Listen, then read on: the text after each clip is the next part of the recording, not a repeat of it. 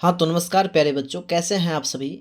I hope कि आप लोग अच्छे होंगे और अच्छे से अपना स्टडी कर रहे होंगे। बच्चों आज हम क्लास 10th के एक ऐसे प्रश्न आपको बताने जा रहे हैं जो क्लास 10th के जो है सिद्ध करने वाला प्रश्न, जो आपके बोर्ड एग्जाम में, बिहार बोर्ड एग्जाम में 2 नंबर में निश्चित रूप से 100% श्योरली ये क्वेश्चन आता ही आता है कि सिद्ध करें कि रूट 2 एक अपरिमेय संख्या है। और इस क्वेश्चन को बहुत सारे टीचर बहुत ही लेंदी प्रोसेस से बता देते हैं। तो आज की वीडियो में हम आपको बिल्कुल एकदम शॉर्ट ट्रिक से बताएंगे। आपको इस तरह से आपको दिमाग में सेट हो जाएगा ये क्वेश्चन कि आप एग्जाम में बिल्कुल ये क्वेश्चन करके आ जाएंगे। ठीक है, ठीक है। तो हम ये नहीं कहेंगे आपको कि आप हमारे चैनल को सब्सक्राइब कीजिए, लाइक कीजिए, ये कीजिए, वो कीजिए। बस आप शुरू से अंत तक देखिए, आप मजबूर होकर के आप हमारे चैनल को ज़रूर सब्सक्राइब करेंगे और आपको समझ में आ जाएगा।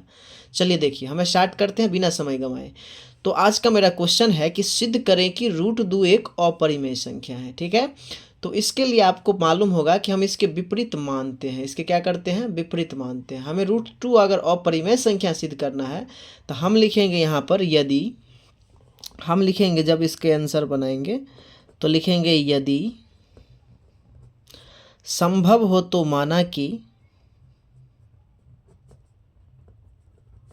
यदि संभव हो तो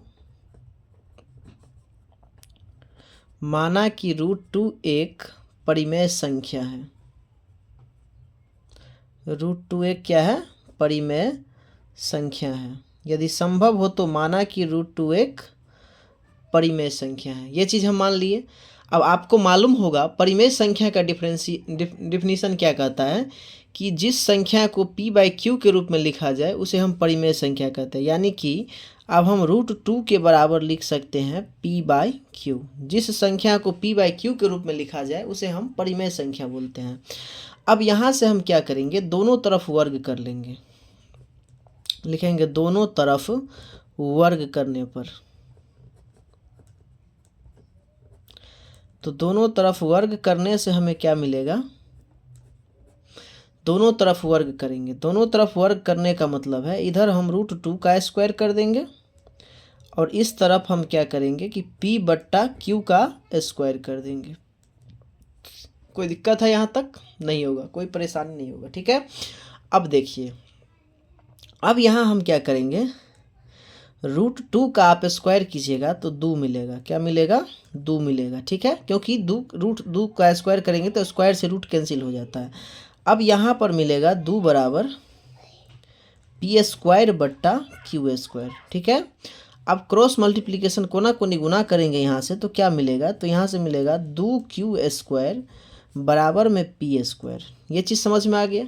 ठीक है, अब देखिए यहाँ से, अब यहाँ से क्या होगा कि यहाँ हम 2q² को हम लिख सकते हैं।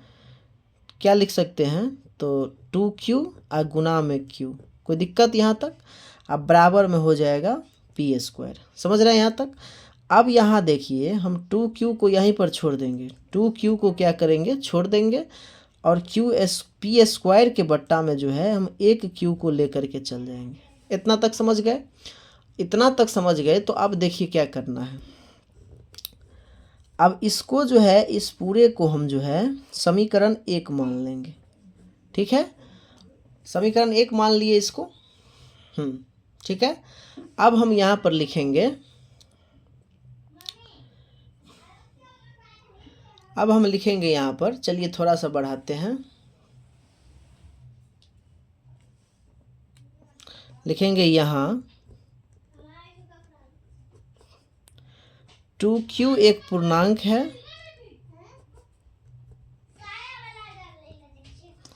2q एक क्या है? पूर्णांक है, लेकिन p² जो q है यह एक भिन्न है, यानी एक फ्रैक्शन है। समझ गए बातों को यहाँ पर? तो ये जो आपको p² दिख रहा है ये एक प्रकार का भिन्न है और 2q एक पूर्णांक है। तो समीकरण फर्स्ट से हमने देखा, समीकरण फर्स्ट से हमने देखा कि एक तरफ तो पूर्णांक है और वही दूसरी तरफ क्या है? भिन्न है। ठीक है, तो पूर्णांक बराबर भिन्न जो असंभव है, जो क्या है? असंभव है। पूर्णांक बराबर भिन्न जो असंभव है। लास्ट में लिखेंगे क्यों असंभव है, क्योंकि बराबर का मतलब तो दोनों तरफ बराबर होना चाहिए। तो यहाँ पर एक तरफ पूर्णांक आया और एक तरफ भिन्न आया, तो हम कहेंगे पूर्णांक बराबर भिन्न जो असंभव है, अतः हमारी मान्यता गलत है।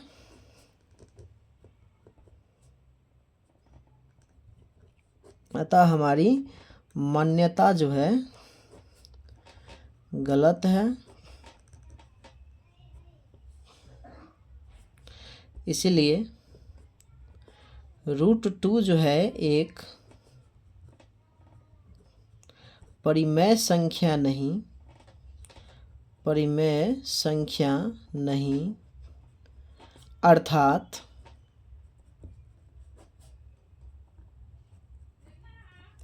अपरिमेय संख्या है। अर्थात कैसी संख्या है, तो अपरिमेय संख्या है।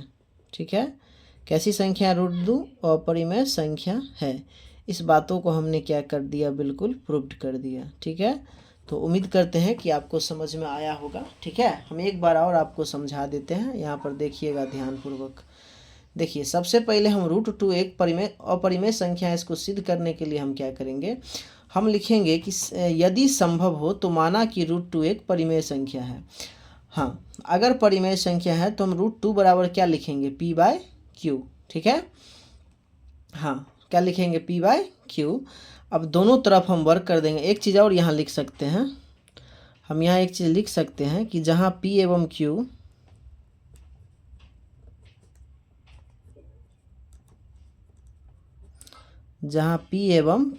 पूर्णांक है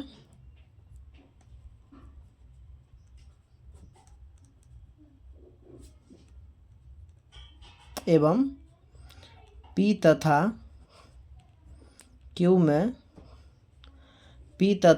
q में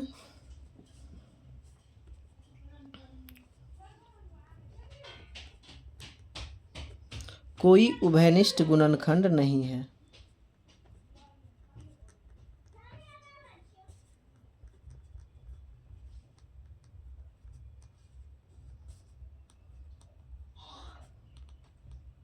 ठीक है, तो यहाँ पर हम ये चीज़ लिखेंगे, p और q, जहाँ p और q धन पूर्णांक है एवं p तथा q में कोई उभयनिष्ठ गुणनखंड नहीं है।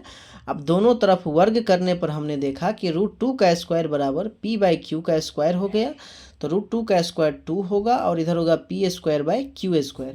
तो अब यहाँ से हम क्रॉस मल्टीप्लिकेशन करेंगे तो 2q² बराबर होगा p², तब 2q गुने q बराबर हो जाएगा p², तो 2q बराबर यहाँ से मिलेगा p²/q।